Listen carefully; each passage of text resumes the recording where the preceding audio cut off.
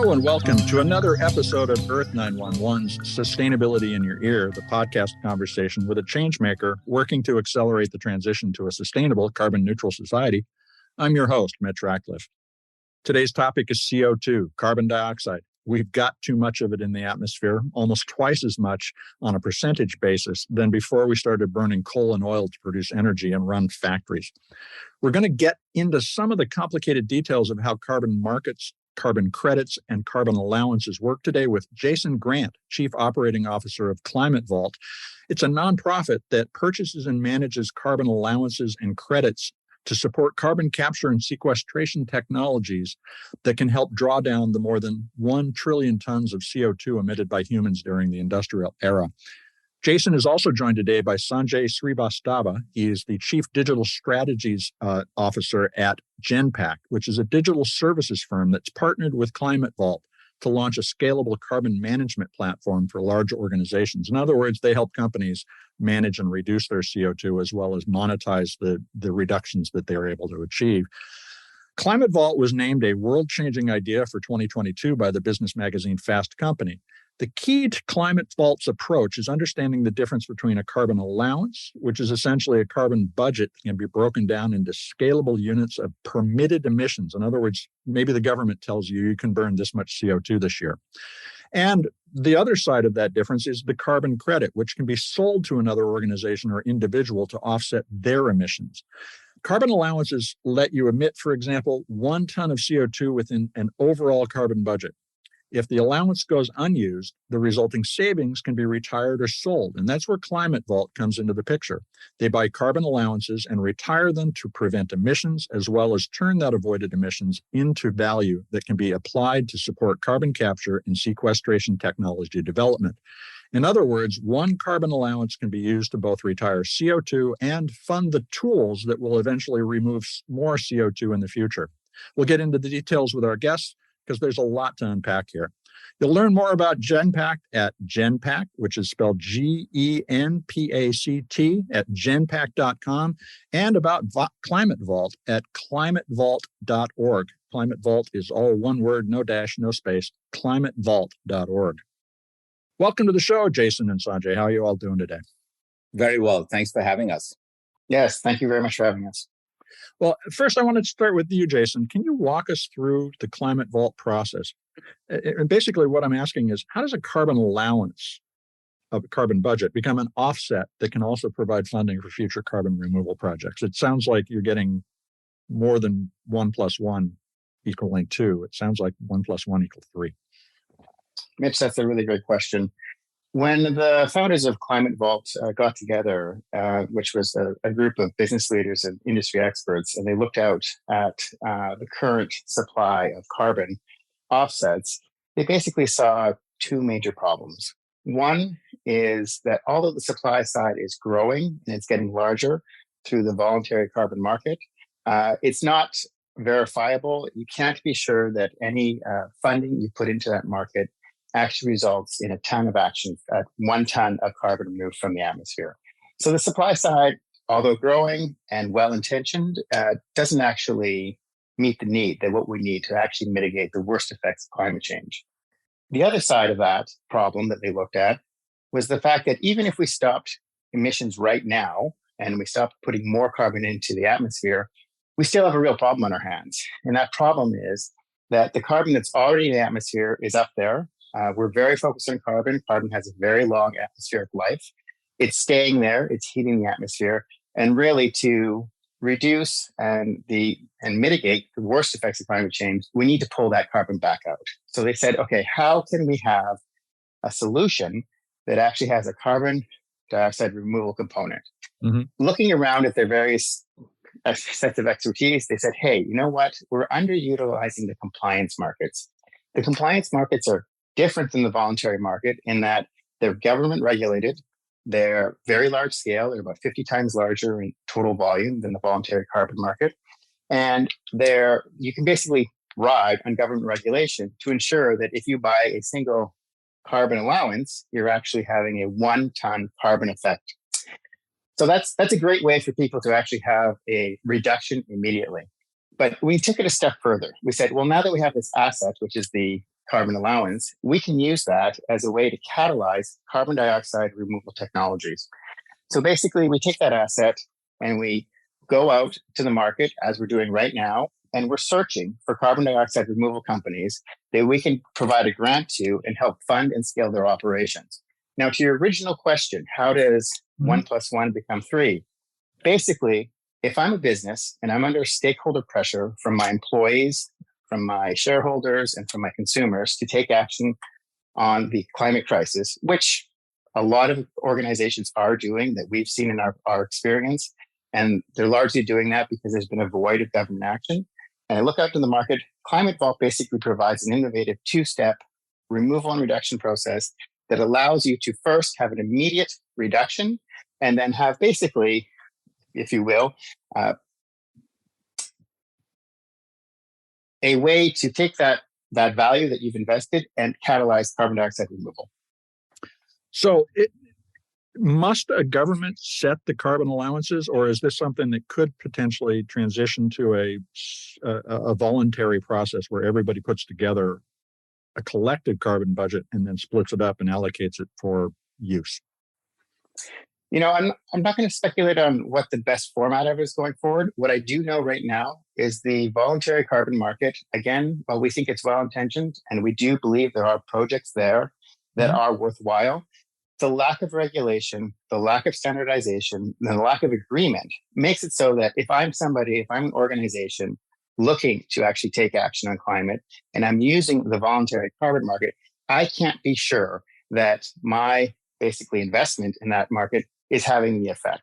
Now, in the future, perhaps there might be an alternative to government regulation, but right now we see the compliance markets that are run by the government is the best choice for individuals and organizations wanting to have a verifiable, immediate reduction leading to a removal. Well, so tracking is critically important to this. And Sanjay, Genpact is a technology services company. Tell us about your role in this cumulative solution and how you're providing carbon tracking for the enterprise. Mitch, we are a digital transformation focused professional services firm. We serve the Fortune 500. We, a third of the Fortune 300 are clients of ours, and we've served them in deep and complex business processes over almost a decade plus now, in most cases. And so our sort of approach to this on the business side, obviously, we all have very strong individual thoughts on this. But if I think about the company as a whole, we serve CIOs and CTOs and technology leaders in large global corporations. And I think I'm seeing two things happen there now in the last few years. There's a move to go away from the reactive reporting, deadline, oriented baselining effort, which is a lot of data engineering. It's lots of pulling data from different places and harmonizing it and normalizing it and wrangling it into something that makes sense and be able to be something you can use, to really now trying to get a little bit more proactive. This is, climate change at the end, from my lens, is actually about a lens of data and a lens of change management. And the CIOs and the CTOs are in a great position to drive that. And I'm starting to see a real shift in the mindset where most of the executives we serve are sort of trying to get into the front seat of this and saying, listen, just reporting and reacting isn't enough, that we need to get in the front of this problem and really help address that. And so we're seeing this across the businesses we serve. And I think the idea of finding an opportunity to do this 1-2 punch, as Jason described, the idea of reduction, but really leading to removal, and also do it in a much more verifiable, trusted fashion, I think has become really central. And so that's how we got involved in it. Well, I think you're raising a really important point. ESG reporting is often just portrayed as a burden. And in fact, ESG data can be used as part of not just digital transformation, but the sustainable transformation of the company.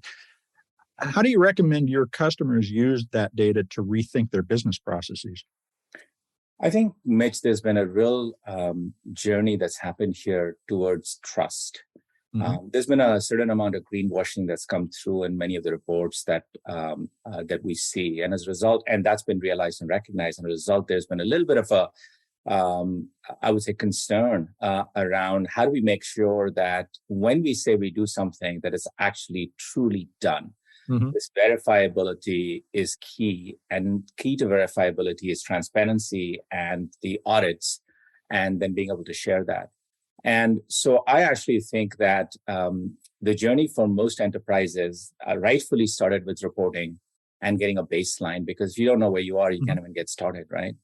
But the next step really is this step of actually reduction, and more importantly, a path to removal. Not all of those technologies are here today, but being able to set the environment economically and technically for the innovation to happen is key to what we're doing here. Do you also find that companies are motivated by the opportunity to monetize their reductions, or is that a secondary benefit?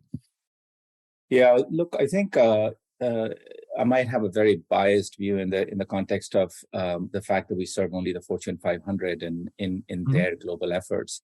I'd say for most of the companies we serve, the primary objective is really decarbonization and really getting to be more thoughtful about this. And, I'll give you an example. This isn't about just one thing or the other.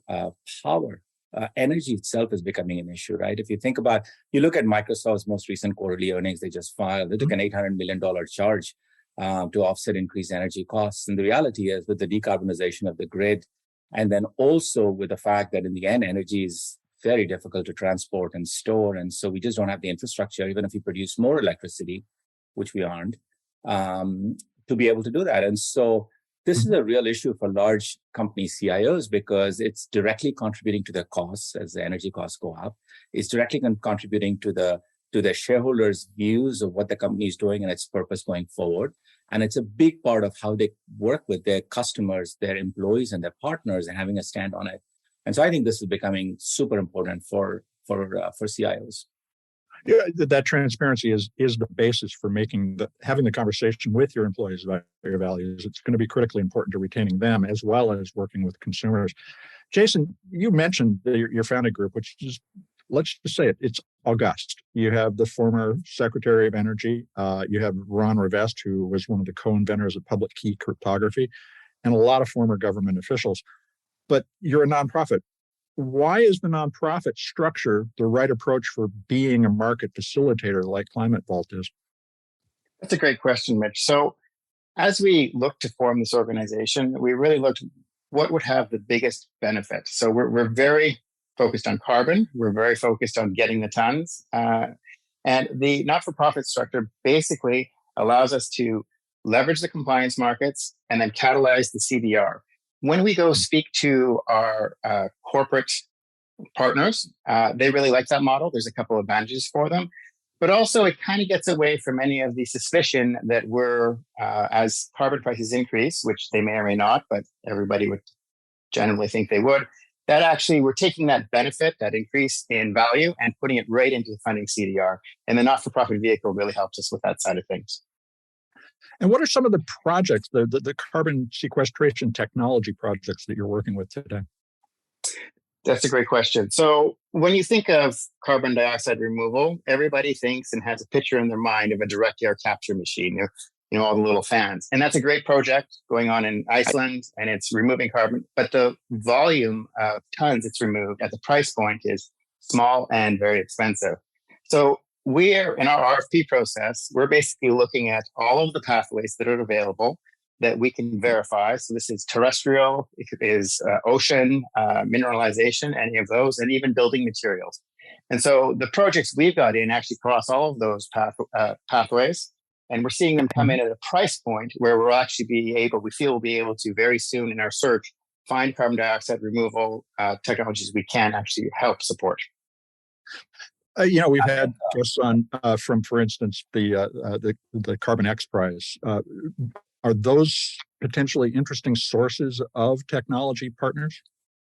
They could be sources of interesting technology partners, and we love the fact that the X Prize is there. If I'm an organization that's looking out to future-proof my business right now, and I'm looking for somewhere that I can put my money, if I put it into any kind of economic fund, I'm actually storing that just as money, like X Prize is right now. And it's not a negative comment at all. With Climate Vault, using the compliance markets, we're actually storing that value as an immediate reduction that you can count on to achieve carbon neutrality. So this again, Sanjay mentioned it, the 1-2 punch, have an immediate reduction and then have basically a first place line position for carbon dioxide removal. It's a great conversation. I want to take a quick commercial break. We're going to be right back. We're back to continue the conversation with Jason Grant of Climate Vault and Genpact's Sanjay Srivastava about their partnership to measure and manage CO2. So I want to ask both of you, based on what you're seeing, and this is in response to a lot of comments we get from our readers that question whether or not there really is anything happening other than talk. What real examples of change are you seeing that you can point to where there is the kind of transparency that you mentioned, Sanjay? I think, Mitch, the key to getting this to be successful in the end comes down to three things. It comes down to scale, it comes down to access, and it comes down to trust. And I'll just take you through each of them. And that's where we're seeing so much great work happen, both in our own teams together with Jason's and ours, but also I think the world over. I think scale is important because, look, at the end of the day, what you're doing is we're living in a very digital economy and there's lots of transactions happening all over the place. Being at the right place and being able to take those micro payments, those micro adjustments, and being able to aggregate it to match the pricing of what's happening in the markets and to be able to make that equation hold. It's almost like a banking system. You actually have to think about it really at a scale and build it for scale so that you can kind of address the needs. The trust component is also super important. It's to the point you just raised, right? Unless we're able to actually track every single piece of transaction, every dollar that flows through the system, exactly to where it is, what it did, what audited, verifiable results it contributed to, you're just propagating sort of a lot more greenwashing. And so for us, it's been very critical to sort of design a mechanism that allows you to be able to sort of say, listen, I put this in, and as a result of this, I know I got that, or the world got that. And that's trust. And that's actually about data and data engineering and connecting and bringing it through and being able to, connect the dots and making that happen. And then I think access. Look, the reality is we are in a digital economy. I'll wake up in the morning, I'll go to the coffee store, I'll buy a cup of coffee, I'll come to work, I'll spend 2 hours on a Zoom like the one I'm on right now, and then I'll do something else. And we're just moving through our day with so many different inflection points where carbon intersects with what we do. And I want to have the ability when I go to the barista and pick my cup of coffee that at the counter when I'm paying for my coffee, I want to be able to pay that 4 cents in addition to be able to offset or to be able to address the carbon that was involved in that cup that I'm now going to drink. And to be able to make that access happen, and we are in a global digitized economy, you have to have the APIs and the connections and the interconnectivity and the systems that can kind of bring all that together.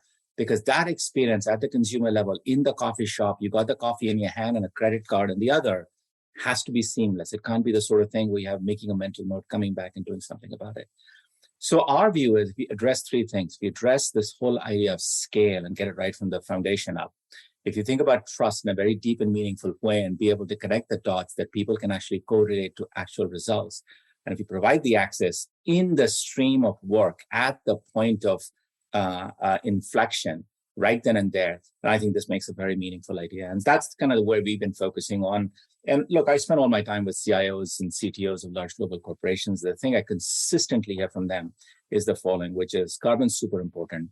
We have to focus on real things that drive real results, and we have to be able to do it at scale, transparently, and with the right access. And Jason, once you won the world-changing idea award in 2022 from Fast Company, that must have unleashed a lot of calls. Are you seeing some really interesting new options or partners emerging in the corporate world? Mitch, we are. We're seeing that did unlock a great segment of the market, and we're seeing a lot of interest there.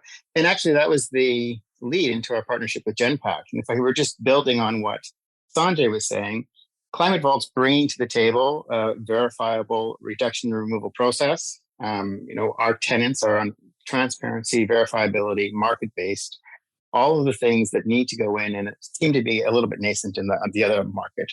And in our partnership with Genpact, we're really getting that access and that transparency so that as we talk to these companies that are coming to us, especially from Fast Company, and they say, hey, we're under a lot of pressure to make sure that our business is being reactive to the climate crisis.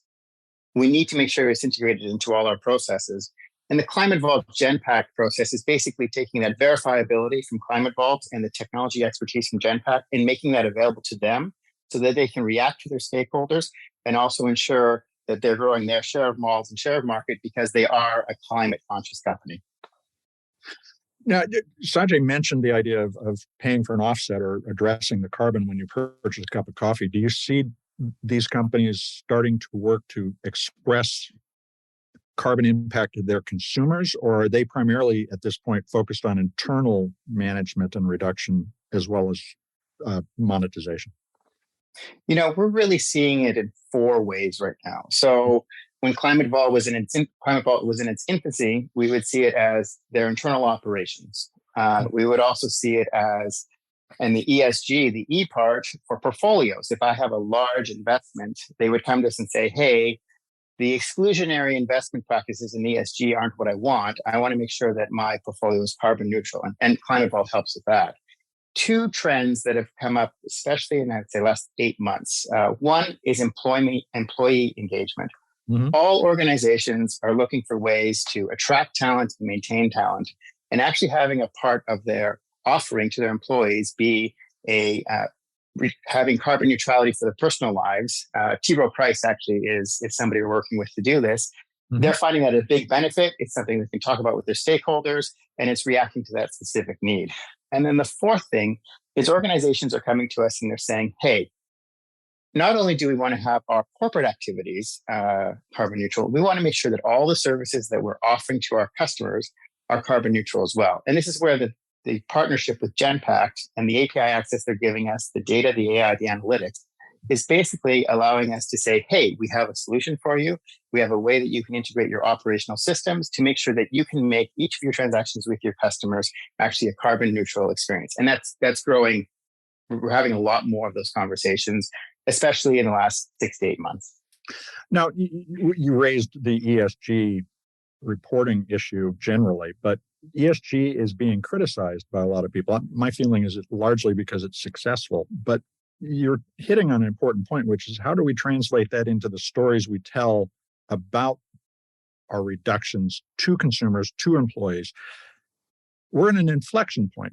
Have we given ESG enough time to evolve before we start trying to dam it, for instance? We look at that, and there's obviously a negative side to all stories, and there's a lot of politicking going on around that. We need to do everything as a society, as a people. We need to do all of these things. We need to reduce our emissions. We need to be the catalyst for reductions. No one solution is going to solve this. I think what Sanjay was saying earlier is just a basic tenet of any business. If you can't measure it, you can't manage it. And starting that ESG management, getting that in place, getting some regulation around that and some standardization so that there's trust and there's a overarching body, such as the SEC regulations that are being contemplated. We see those as all positive moves. At this point, the climate crisis is so large, there's nothing we're going to say that, oh, we shouldn't be doing that.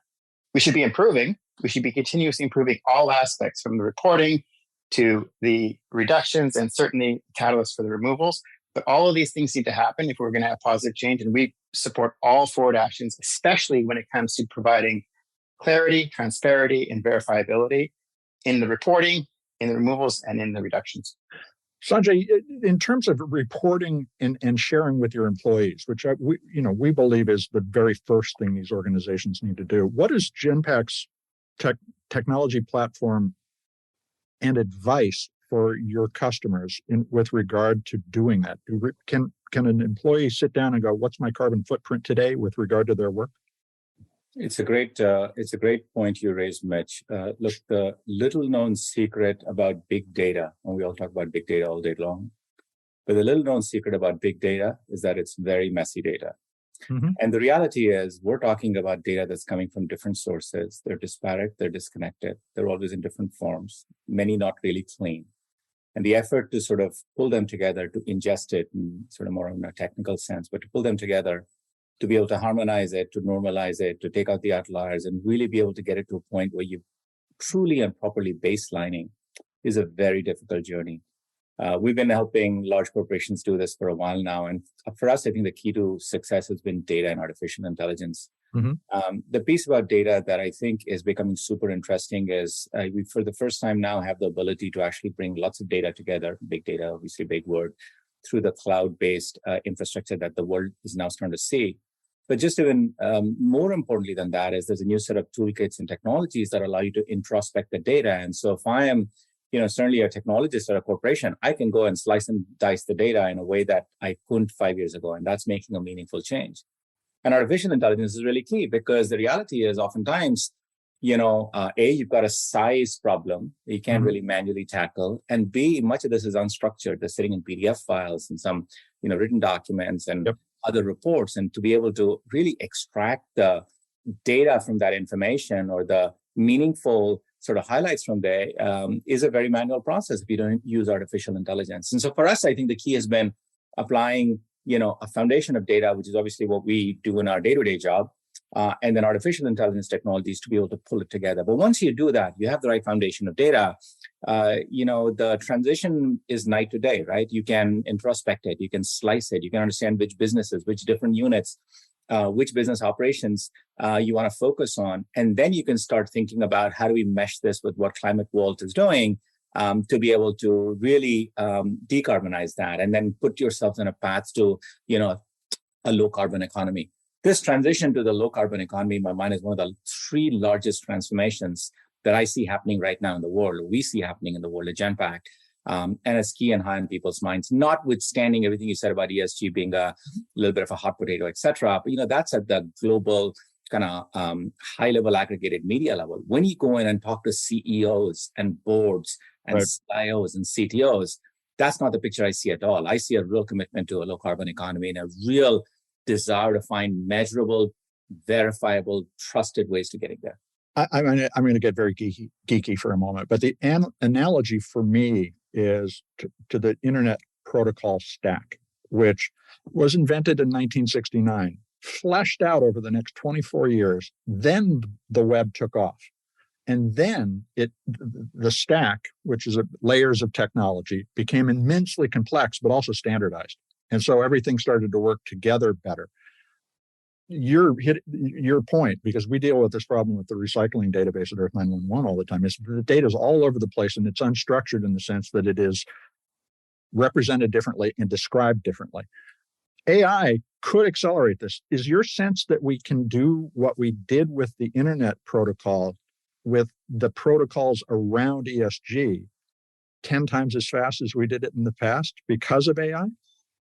It's happening already, Mitch. I mean, if you just kind of look at if you boil down and look at the work that Climate Vault is doing as an example, and I'm just going to take your HTTP analogy one step further. So think about if you had to actually build, let's just say an e-commerce website back in the day with HTTP, you're starting with a low-level protocol. You're actually aggregating all the data connections. You're actually building not just the APIs, but the actual connections.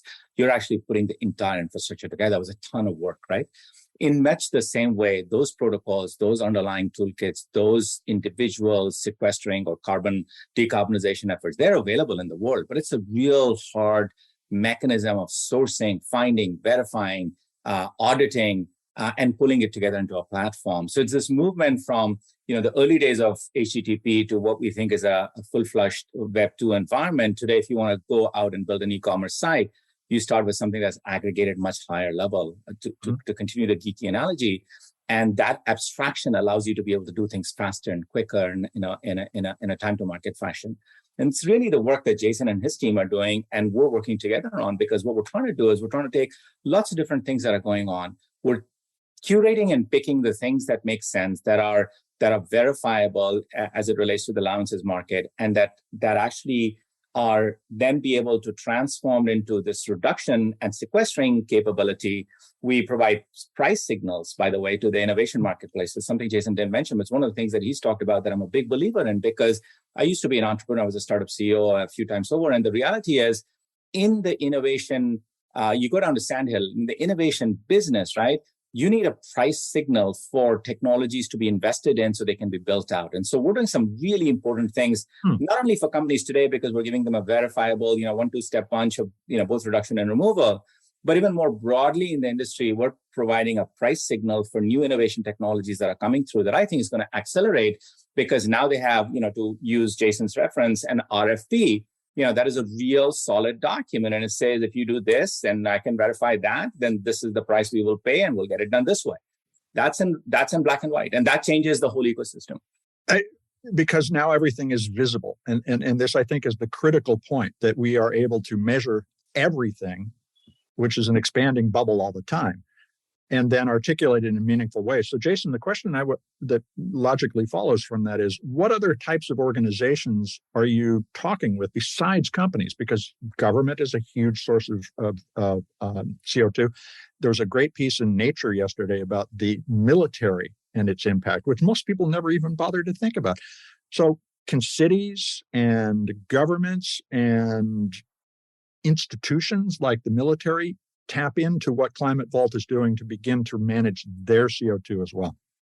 Absolutely. We're seeing demand across the board in all industries, in all sectors. So if I look at some of our existing partnerships, Vanderbilt University was the first R1 university to go carbon neutral. Their original plan was to do it in 2035, I believe. Through Climate Vault, for the last 2 years, they've achieved carbon neutrality, and they did it in 2021. They were able to do that right now. And so we're seeing more and more interest in the university sector. Towns and cities, you mentioned, we're in conversations right now with 2 different municipalities to do exactly this. And they're trying to figure out how they're going to be seen by their local constituents as being strong on climate. And they're starting to work with us because they see that we can provide them a transparent, verifiable path that they can actually do that and report back to their constituents.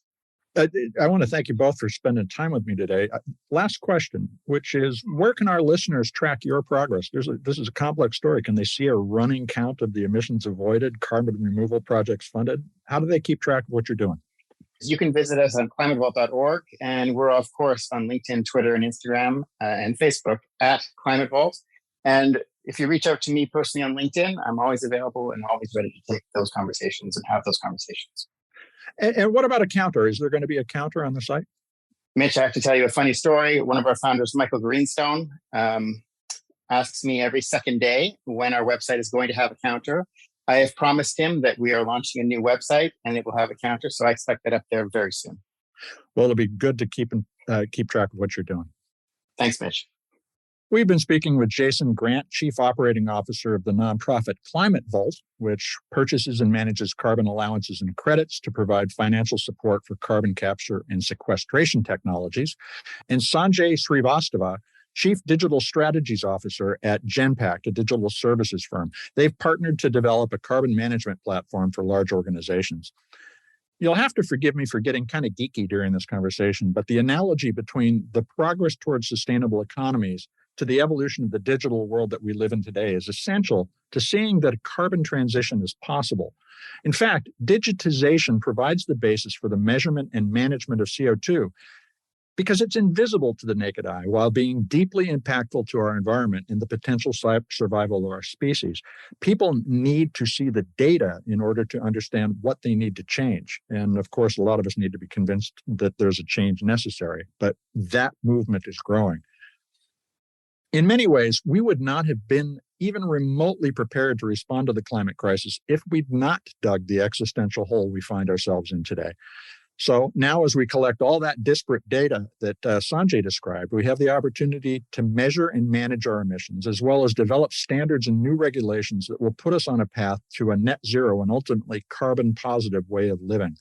But make no mistake, folks, there is a lot of work and a lot of misunderstandings that will need to be negotiated ahead of us. I hope you take a few minutes to share this show and all the others that we've done with your friends, family, neighbors, coworkers. Tell your boss they need to get on the horse and start riding towards carbon neutrality.